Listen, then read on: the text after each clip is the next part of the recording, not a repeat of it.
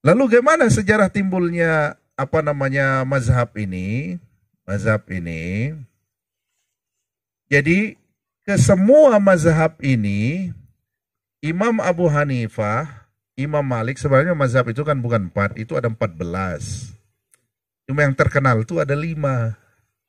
Yang paling terkenal ada satu, mazhab Zohiri namanya. Imam Al-Lais. Itu di Mesir banyak. Cuma sayangnya murid-murid Imam Az-Zohiri ini enggak segesit murid-muridnya Imam Syafi'i, Imam Maliki, Imam Ahmad bin Hambal, Imam Abu Hanifah.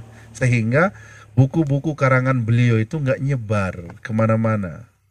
Sehingga yang diakui, yang diketahui oleh umat Islam saat ini yang populer itu ada 4 ini. Nah, apa mazhab itu sendiri? Sebenarnya mazhab itu sendiri bukan aliran. Bukan juga kelompok. Jadi mazhab itu berasal dari kata mazhaba ilaih. Apa yang condong untuk orang itu, untuk dia. Apa yang condong ke dia. Kecenderungan kita ke dia. Antum bisa aja misalnya ya. Misalnya ada orang yang pandai. Kalau ini dia nanam tembakau pakai 1 jari misalnya. Yang ini tanam tembakau pakai 2 jari. Saya ngikutin, wah ini hebat yang 1 jari ini. Nah, yang nanam tembakau 1 jari ini namanya Pak Iwan. Nah, saya ngikut dan senang, saya itu bermazhab ke Pak Iwan. Artinya apa? Saya condong cara menanam tembakau itu seperti beliau itu. Nah, lebih lanjut, dan bukan manhaj juga. Kan sekarang banyak kan, disalahin ini bukan manhaj, salah dan seterusnya. Nah, coba lebih lanjut, semua mazhab yang 4 itu masih hidup pada masa khalifah, terutama khilafah Bani Abbasiyah, khususnya pada generasi Harun ar-Rasyid. Makanya Harun ar-Rasyid sebagai khalifah yang kuat pada waktu itu di dinasti Bani Abbasiyah, Abu Hanifah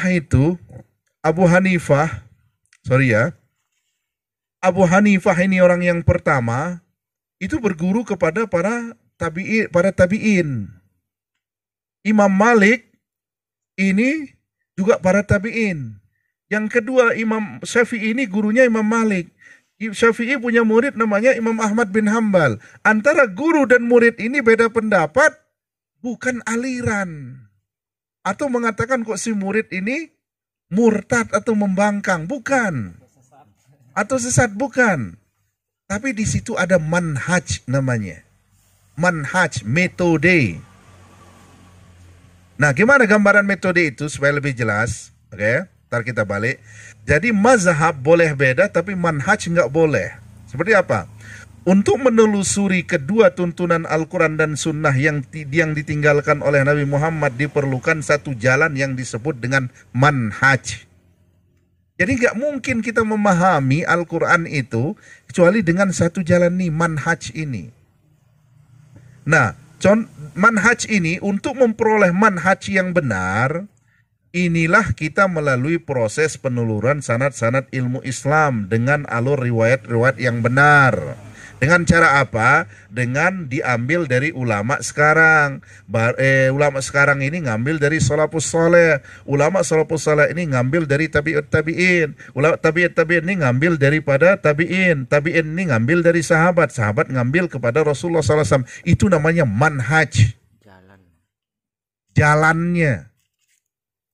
Jadi mazhab itu bukan aliran ya. Jadi bukan aliran. Apalagi dibilang kelompok, bukan. Nah, manhaj yang mengacu kepada Al-Quran dan Sunnah itu ada 2 modelnya. Model yang pertama adalah manhaj terdiri dari 1 dalil dan cuma 1 cara. 1 dalil, 1 cara. Nggak ada pilihan, cuma 1 cara saja. Contoh, kita itu nggak mungkin, nggak sah menikahkan anak kita kalau kita tidak mengatakan, wahai Abdullah, saya nikahkan engkau dengan anak saya dengan mahar saya. Harus ada kalimat nikahkan. atau kawinkan. Kalau saya yang punya anak Fatimah, saya bilang yang nikahin Abdullah, wahai Abdullah, saya berikan anak saya kepadamu, nggak sah nikahnya. Nah, dengan kalimat nikah ini, itu satu-satunya cara. Makanya nggak ada ikhtilaf para ulama dalam hal ini. Nah, contohnya apa? Bersedekap dalam sholat, itu kan hadis yang diriwayatkan oleh Wa'il ya. Ra'aitu Rasulullah sallallahu alaihi wasallam idza qa'iman fis shalah qabidha bi yaminihi ala syamalihi. Jadi Rasulullah itu langsung menaruh tangan kanan di bawah tangan kiri seperti ini. Nah, ini cuma satu aja ini, nggak ada yang kiri di atas. Makanya para ulama cuma satu aja, nggak ada. Nah, ada ajaran Islam, dalilnya banyak, seperti apa? Dalilnya banyak seperti basmalah.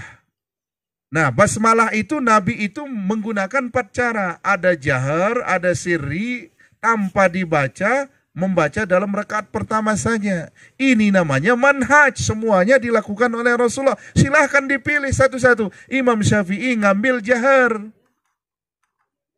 Imam Hambali mengambil sirri. Imam Maliki dan Hanafi tanpa membaca. Imam Az-Zahiri pun membaca pada rakaat pertama saja. Semuanya ini Rasulullah katakan, inilah manhaj. Diambil satu oleh Imam Syafi'i, kalau saya yang jahar, silahkan. Itu dilakukan juga oleh Rasul.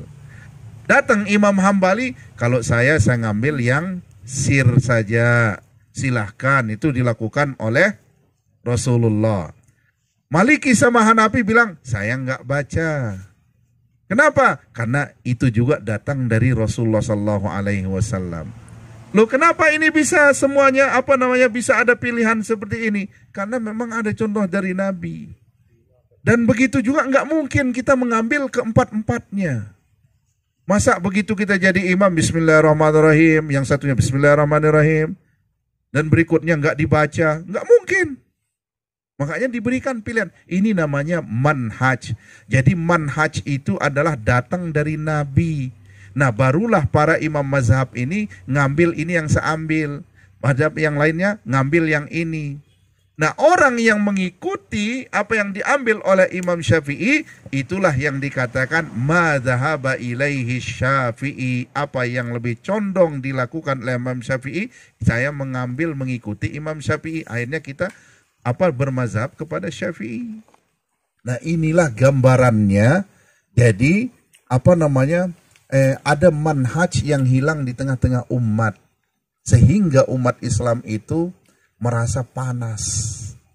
Dan mazhab itu bukan aliran. Kita ini Syafi'i termasuk salafiyun. Jadi jangan dianggap Syafi'i itu bukan generasi salafus soleh, generasi salafi, bukan. Jangan menganggap itu bukan dari generasi salafiyun atau salafi. Salafi itu bukan kelompok. Tapi salafi itu atau salafiyun jamaknya para ulama yang hidup sampai pada tahun 200 Hijrah. Itulah generasi salafus soleh. Makanya Imam Syafi'i hidup pada tahun 200 Hijrah, beliau pun juga salafi. Nah, umat Islam ngaku gue salah. Jadi salafi itu bukan aliran, bukan kelompok. Nah, begitu juga mazhab ini bukan aliran, bukan kelompok. Manhaj ini semua yang dilakukan oleh Nabi dan para ulama memilihnya. Oh, saya yang ngambil yang ini. Saya ngambil yang ini. Saya ngambil yang ini. Dan Rasulullah melakukannya.